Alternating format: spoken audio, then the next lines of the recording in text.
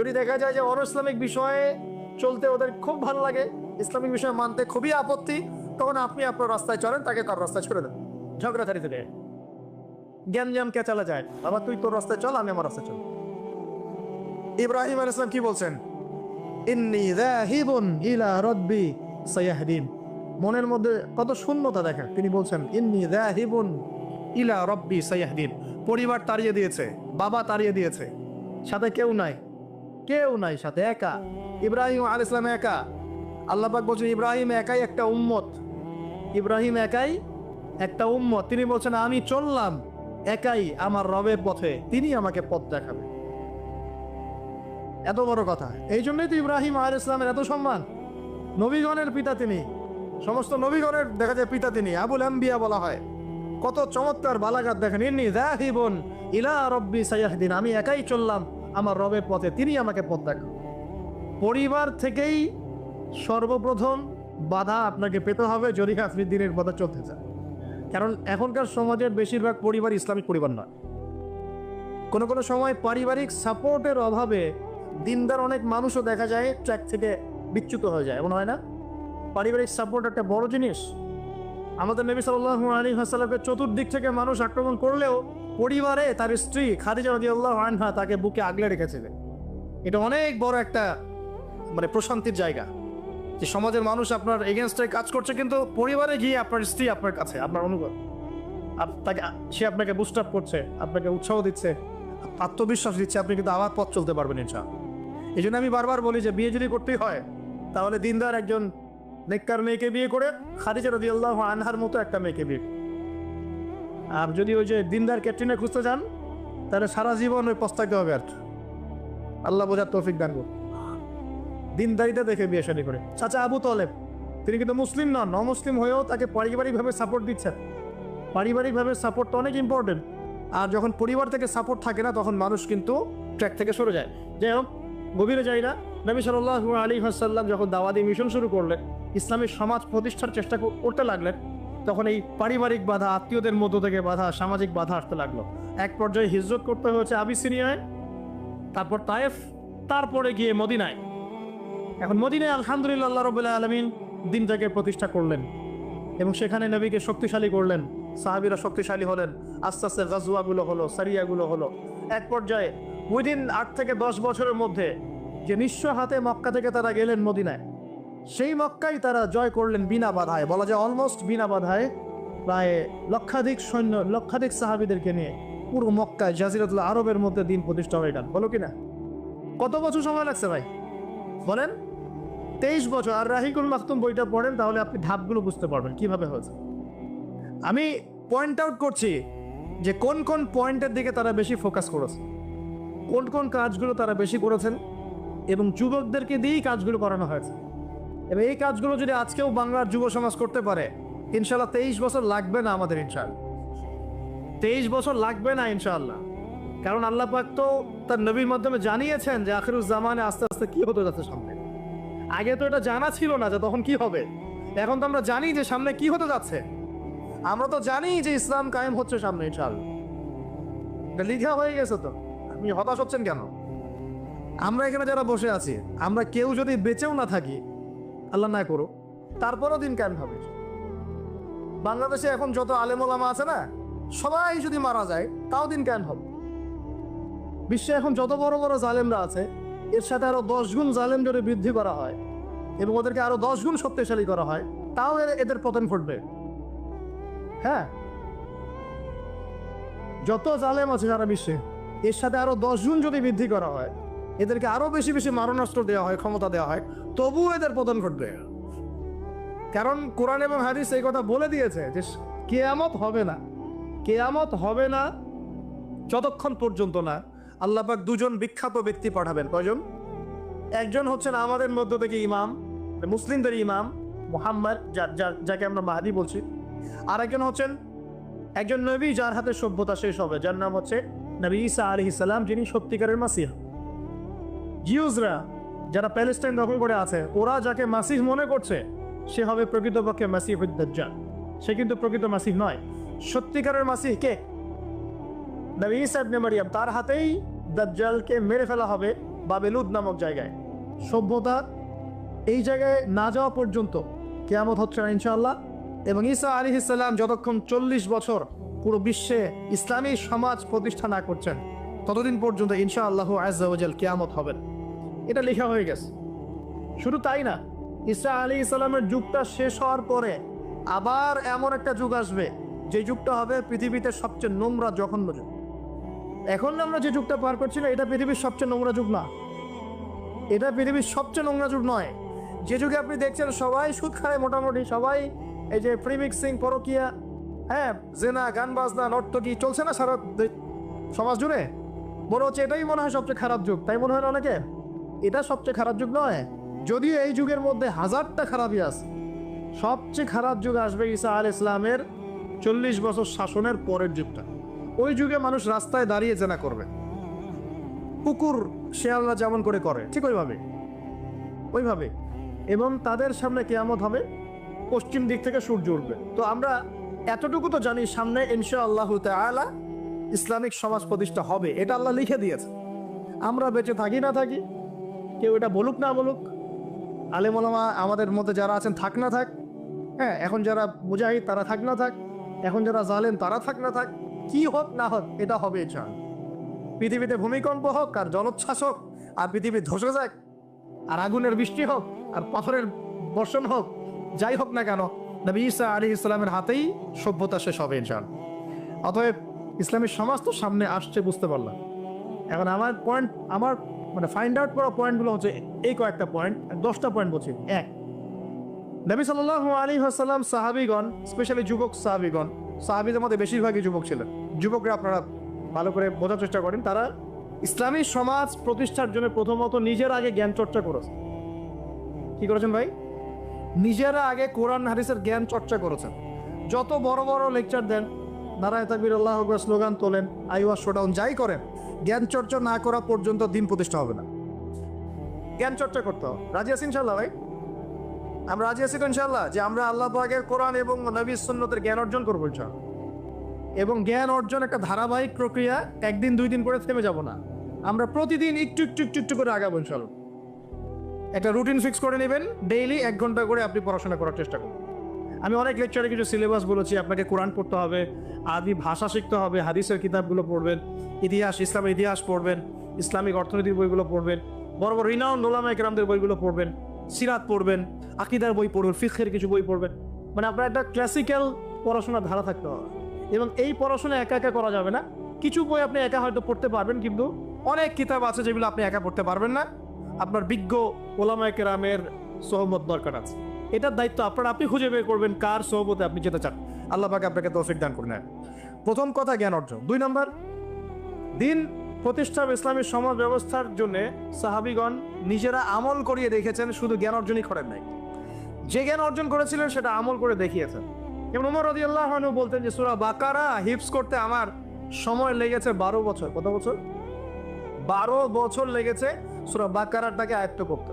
কারণ সাহাবীরা যতক্ষণ পর্যন্ত 10টা আয়াত লেসন নিয়েছেন, 10টা আয়াতের উপর আমল না করা পর্যন্ত নতুন করে দর্শ নিতেন না। বুঝতে পারছেন না? মনে করেন আপনি সূরা মাউন শিখেছেন, মাউন, আরাআইতাল্লাযী ইউকাযযিবু বিদ্দীন, এই সূরা আপনি শিখেছেন। সাহাবীদের সুন্নাত ছিল কি এই সূরাটার উপর তারা আমল না করা পর্যন্ত নতুন লেসন নিতেন, এভাবে তারা আমল করতেন। আমরা কি এমন করে আমল করি? আমরা যত পারি আগে তথ্য ইনস্টল করতে থাকি। আমাদের জ্ঞান চর্চাটা হচ্ছে তথ্য ইনস্টল করার মতো। তথ্য ইনস্টল করাকে জ্ঞান চর্চা বলে না, এটাকে আমরা ওয়েল ট্রেন্ড বলতে পারি, ওয়েল এডুকেটেড বলতে পারি। সার্কাসের সিংহ বাঘ দেখেছেন না? লাঠি চাবুকের ভয়ে অনেক কাজ করে না? অনেক কুকুর দেখা যায় না যে ট্রেনিং প্রাপ্ত, যা কমান্ড করে সে ফলো করে না? এটা ওয়েল ট্রেন্ড বলা যায় নাকি? এই কিন্তু ওয়েল এডুকেটেড না। আমাদের ক্রিটিক্যাল থিঙ্কার্স দরকার, মানে কোরআন সুন্নাহ পড়বে, আমল করবে এবং এটাকে নিয়ে গবেষণা করার চেষ্টা করবে। মানে আমাদের কোরআন সুন্নাহকে নিয়ে গবেষণার একটা প্রজন্ম দরকার, গবেষক প্রজন্ম, ক্রিটিক্যাল থিঙ্কার্স। আল্লাহ পাক আমাদেরকে এই তৌফিক লাভে ধন্য করুন বলে আমি। 2 নম্বর ইনিশিয়েটিভটা হচ্ছে অবশ্যই জ্ঞান অনুযায়ী আমল করতে হবে যদি ইসলামী সমাজ চাই। আল্লাহ পাক আমাদের সবাইকে তৌফিক দান করুন। সবার আগে আমাকে তৌফিক দান করুন বলি আমি। জ্ঞান অনুযায়ী আমল করার জন্য একটা সুন্নত ফলো করলেই হবে, একজন ব্যক্তিকে জাস্ট ফলো করতে হবে। জীবনের প্রতিটা কাজ নবী সাল্লাল্লাহু আলাইহি ওয়াসাল্লামের সুন্নাহ মাফিক করলেই আপনি জানা অনুযায়ী আমল করে ফেলবেন ইনশাআল্লাহ। পারা যাবে তো ইনশাআল্লাহ। আজকে ঘুমানো থেকে শুরু করে দেন, জীবনের প্রতিটা কাজকে ঢেলে সাজান। কাপড় পরা, ঘুমানো, ঘুম থেকে ওঠা, হ্যাঁ, এমনকি বিছানা ঝাড়া, ইস্তেঞ্জা করা, আপনার ব্যবসা বাণিজ্য, শিক্ষা, এভরি সিঙ্গেল সেক্টর ঢেলে সাজানোর চেষ্টা করেন যে নবীর মতো হচ্ছে কি। যদি হয় আলহামদুলিল্লাহ, যদি না হয় তাহলে এখানে আপনার কিছু কাজ করার বাকি আছে। আল্লাহ পাক আমাদের সবাইকে নবী সাল্লাল্লাহু আলাইহি ওয়াসাল্লামের সুন্নাহ মাফিক জীবন গড়ার তৌফিক দান করুন। 3 নম্বর পয়েন্টটা হচ্ছে নবী সাল্লাল্লাহু আলাইহি ওয়াসাল্লাম সাহাবীগণ আদর্শ পরিবার গড়েছিলেন। কি করেছেন ভাই? কারণ পরিবার হচ্ছে একটা সমাজের গঠন একক। আপনি সমাজ নিয়ে কথা বলছেন, তাহলে আগে পরিবার ঠিক করতে হবে বা ঠিক করার চেষ্টা করতে হবে। আমি এটা জানি যে একটা পরিবারের সব সদস্য হয়তো নামাজি নাও হতে পারে। নূহ আলাইহিস সালামের স্ত্রী যখন ঈমান নিয়ে আসে নাই, লূত আলাইহিস সালামের স্ত্রী যখন ঈমান নিয়ে আসে নাই, আদম আলাইহিস সালামের সন্তান কাবিল যখন জাহান্নামে যাচ্ছে, আবার ফিরআউনের ঘর থেকে যেমন আসিয়া জান্নাতে যাচ্ছে, তার মানে পরিবারের সবাই যে একরকম হবে নট নেসেসারি। কিন্তু অ্যাজ এ পরিবারের কর্তা, আপনি পরিবারের guardian, as a guardian of family, আপনাকে আপনার রেসপন্সিবিলিটি তো পালন করতে হবে নাকি? পরিবারে আপনার দায়িত্ব নাই? পর্দা প্রতিষ্ঠা করার দায়িত্ব কার? আপনার। আপনার স্ত্রী পর্দা করে না, এই দায়িত্ব কার? এই জিম্মাদারি কার? আপনার সন্তান যে নামাজ পড়ে না, এই রেসপন্সিবিলিটি কার? পরিবারে যে হারাম ঢুকতেছে রিজিকে, এই দায়িত্ব কার? আল্লাহ পাক, আমি মনে হয় বুঝাতে পেরেছি। অতএব পারিবারিকভাবে আল্লাহ পাক আমাদের সবাইকে যেন ইসলামটা ধরে রাখার তৌফিক দান করেন বলে আমিন। 4 নম্বর হচ্ছে নবী সাল্লাল্লাহু আলাইহি ওয়াসাল্লাম সাহাবীগণ দিনের দাওয়াতি কাজ সবাই আমভাবে করেছে। এমন নয় যে নির্দিষ্ট কিছু সাহাবী দাওয়াতি কাজ করতেন, বাকিরা দাওয়াতি কাজ করতেন না, বিষয়টা কিন্তু এমন ছিল না। সবাই মিলেই দিনের দাওয়াতি কাজ করতেন, যে কাজটা আমরা এখন করি না। কতজন ভাই আছেন যারা ডেইলি কমপক্ষে আধা ঘন্টা করে হলো দাওয়াতি কাজ করেন? হাত তুলে দেখ। আচ্ছা না, দেখেন, সবাই মিলে যতক্ষণ পর্যন্ত দাওয়াতি কাজ করব না, সৎ কাজে আদেশ, অসৎ কাজে নিষেধ, ততক্ষণ পর্যন্ত সমাজ ব্যবস্থা কায়েম হবে না। সবাইকে দাওয়াতি কাজ করতে হবে। একজন আলেম আসবেন, একজন বক্তা আসবেন, ওয়াজ করে যাবেন, দাওয়াত দিয়ে যাবেন, বাস এখানেই ফুল স্টপ, ডোর ক্লোজড, তাহলে হবে না। এভাবে সমাজ প্রতিষ্ঠা হবে না। এভাবে তো বললাম দাওয়াত দেওয়া হতে পারে, একদিনের ওরস হতে পারে, একদিনের ওয়াজ হতে পারে, একদিনের একটা সম্মেলন হতে পারে, কিন্তু প্রতিষ্ঠা অন্য জিনিস। প্রতিষ্ঠা মানে কি? মানে আমি যে আসলাম, বললাম ভাই 5 ওয়াক্ত নামাজ পড়েন, নামাজের দাওয়াত দিয়ে গেলাম। আর প্রতিষ্ঠা মানে কি? যদি এখানকার অথরিটি আমার কাছে থাকতো আর আপনি নামাজ পড়ছেন না, আমি আপনার দোকান সিলগালা করে ফেলতাম। বুঝতে পারেন নাই? আজান হয়েছে, মার্কেটে দোকান খোলা, দোকান সিলগালা হয়ে যাবে, জরিমানা হবে, ভ্রাম্যমাণ কোর্ট, একদম কোর্ট সাথে সাথে বসে আর ফাইন করে দেয়। এটা প্রতিষ্ঠা। নামাজ পড়বো না মানে? সব মুসলমান নামাজ পড়বো না কেন? তুমি কি অমুসলিম নাকি নামাজ পড়বো না? এর নাম প্রতিষ্ঠা। এটাকে আপনি করতে পারবেন? আপনি এখন দাওয়াত দিতে পারবেন, ভাই নামাজে আসেন, নামাজ পড়লে এত নাকি হয়, না পড়লেই হয়। তো এই দাওয়াত তো চলছে মাশাআল্লাহ। প্রতিষ্ঠা কখন হবে? যখন সবাই মিলে সমাজটা পরিবর্তন করবে, তখন গিয়ে প্রতিষ্ঠা হবে ইনশাআল্লাহ। সমাজে যারা নেতৃত্ব দেয়, এরা কি আসমান থেকে টপকে পড়ে, না সমাজের ভিতর থেকে বের হয়? সমাজ যদি পরিবর্তন হয়, নেতৃত্ব এখান থেকেই বের হবে ইনশাআল্লাহ। আর যখন আল্লাহওয়ালা মানুষরা উপরে যাবে, তখন দেখবেন তারা এইসব অথরিটি ইম্পোজ করবে। চল, ওই যে বলেছিলেন 1 মাস, খালি একটা মাস উপরের শাসন যদি চলে, দেখবেন সব একদম ঠান্ডা হয়ে গেছে ইনশাআল্লাহ। সব ঠান্ডা, একদম ঠান্ডা। এটা ভেরি মাচ পসিবল। 1 মাস সময়, 1 মাস উইদিন 1 মাস। উমর রাদিয়াল্লাহু আনহু যদি এখন বেঁচে থাকতেন, মনে করেন কথার কথা বলছে, উমর রাদিয়াল্লাহু আনহু এখন বেঁচে আছেন, তিনি আসলেন পাকিস্তানে, আসলেন সিরিয়াতে, আসলেন, কথার কথা বলছে, এমন তাকে মনে করেন দায়িত্ব দিল জনগণ যে আমিরুল মুমিনিন, আপনি সমাজটা ঠিক করেন। তার কয়দিন লাগবে? কয়দিন লাগবে জানেন? হ্যাঁ, আমার ধারণা 3 দিন। কয়দিন হয়? 3 দিন। অথবা তিনি বলবেন যে আমার দ্বারা সম্ভব না, আমি গেলাম। কারণ এখানে একটা কারণ আছে, কারণটা শোনেন। আমি কথাটা কেন বলেছি? আলী রাদিয়াল্লাহু আনহুর যুগে কিছু যুদ্ধ হচ্ছিল না, সিফিনের যুদ্ধ, এই যুদ্ধগুলো, তখন জনগণ, খারেজিদের সাথে যুদ্ধ হচ্ছে, জনগণের মধ্যে কয়েকজন এসে বলছে, আলী রাদিয়াল্লাহু আনহু, ইয়া আমিরুল মুমিনিন, আমরা ওমর রাদিয়াল্লাহু আনহু, আবু বকর সিদ্দিক, ওসমান, তাদের যুগটা পার করে আসলাম, তো ওই যুগে তো এত ফিতনা ছিল না, তা আপনার যুগে এত মারামারি হানাহানি কেন, ঘটনা কি? একটু বোঝেন আমার কথাটা, মনোযোগ দেন, খুব ইম্পর্টেন্ট কথা। তো আলী রাদিয়াল্লাহু আনহুকে বলছেন আপনার যুগে এত হানাহানি মারামারি কাটাকাটি কেন? ওমরের যুগে তো এমন ছিল না, আবু বকরের যুগে তো এমন ছিল না, ওসমানের যুগে তো এমন ছিল না। তো আলী ইবনে আবি তালেব মানে বিচক্ষণ মানুষদের মধ্যে অন্যতম একজন বিচক্ষণ মানুষ, তিনি বলছেন, উত্তর দিচ্ছেন, দেখ কি বিচক্ষণতার উত্তর। তিনি বলছেন, শোনো, আবু বকর ওমরের যুগে আবু বকর ওমর ছিল শাসক আর আমরা ছিলাম জনগণ। আবু বকর ওমরের যুগে আবু বকর ওমর ওসমান ছিল শাসক আর আমি আলী আর আমার মতো মানুষটা ছিল জনগণ। আর আমার যুগে আমি হচ্ছি শাসক আর তোমরা হচ্ছে আমার জনগণ। কথা বুঝলেন নি? মরে গেছি, বুঝতে পারেন নাই? মানে আলী রাদিয়াল্লাহু আনহুর যুগে যে জনগণরা আছে তারা আবু বকর ওমর রাদিয়াল্লাহু আনহুর যুগের জনগণের মতো নন। এই কারণে আলী রাদিয়াল্লাহু আনহুর সমস্যা ফেস করতে হচ্ছে। তো এটাই বলছিলাম, যখন জনগণ সবাই বলছে আমি সুদ খাবো, সবাই বলছে যে পর্নোগ্রাফি দেওয়া হোক, মদ চলুক, বেপরদামি চলুক, হ্যাঁ জুয়া চলুক, আর আমি বেচারা একা একা বসে যদি বলি না এগুলো সব হারাম, তা আমাকে তো পিঠা এখান থেকে সরাই দিবে, তাই না বিষয়টা? তার মানে সমাজের মানুষকে পরিবর্তন করতে হবে। আল্লাহ পাক এটা বোঝার তৌফিক। মানুষ যখন পরিবর্তন হবে ইনশাআল্লাহ, তখন দেখবেন এখান থেকেই যোগ্য নেতৃত্ব উঠে আসছে। এভাবেই সমাজটা প্রতিষ্ঠা হবে ইনশাআল্লাহ আযজা ওয়া জাল্লা। আল্লাহ পাক আমাদেরকে তৌফিক এনায়েত করুন। আর কয়েকটা পয়েন্ট আমি একটু থরলি বলে শেষ করছি। 6 নাম্বার, সাহাবীরা কোনোদিনও হারাম খান নাই। কি খান নাই ভাই? মানে অর্থনৈতিক জীবনে কোনোভাবেই হারামে সম্পৃক্ত হওয়া যাবে না যদি ইসলামী সমাজ চান। ঠিক আছে ভাই? 7 নাম্বার, অনইসলামিক কোনো সংস্কৃতির আশপাশেও যাওয়া যাবে না। ইসলামী সমাজ চান, অনইসলামিক সংস্কৃতি পরিপূর্ণভাবে বর্জন করতে হবে। আল্লাহ পাক তৌফিক দেন। 8 নাম্বার, সমাজের একটা বড় অংশ হচ্ছে মেয়ে মানুষ। সমাজের একটা বড় অংশ কি?